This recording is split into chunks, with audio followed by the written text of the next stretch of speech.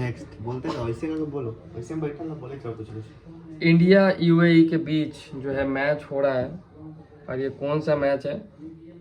ये मैच है SSC men's Asia cup rising star 2025 match है। सेकेंड मैच है ग्रुप बी का, और ये मैच फ्राइडे 14 नवंबर को होने वाली है, 5 बजे होने वाला है, हमारे लोकल टाइम पे होने वाला है। ये जो है ये दोनों के बीच टॉस होगी, और जब टॉस होगी उस समय आपको कमेंट में लिखना है कि कौन टीम जो है टॉस जीतेगी, है ना। और इस मैच का जो एम्पायर है अकबर अली एम्पायर है, जो कि बहुत एक्सपीरियंस एम्पायर है। और ये मैच सिटी दोहा में होने वाली है ना। हमने बता दिया कि कौन सा स्टेडियम है, best in park international cricket stadium, capacity 13,000 लोगों की।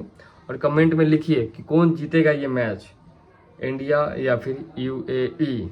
और सपोर्ट करना मत भूलिएगा, और लाइक दबा के कीजिए जोर से।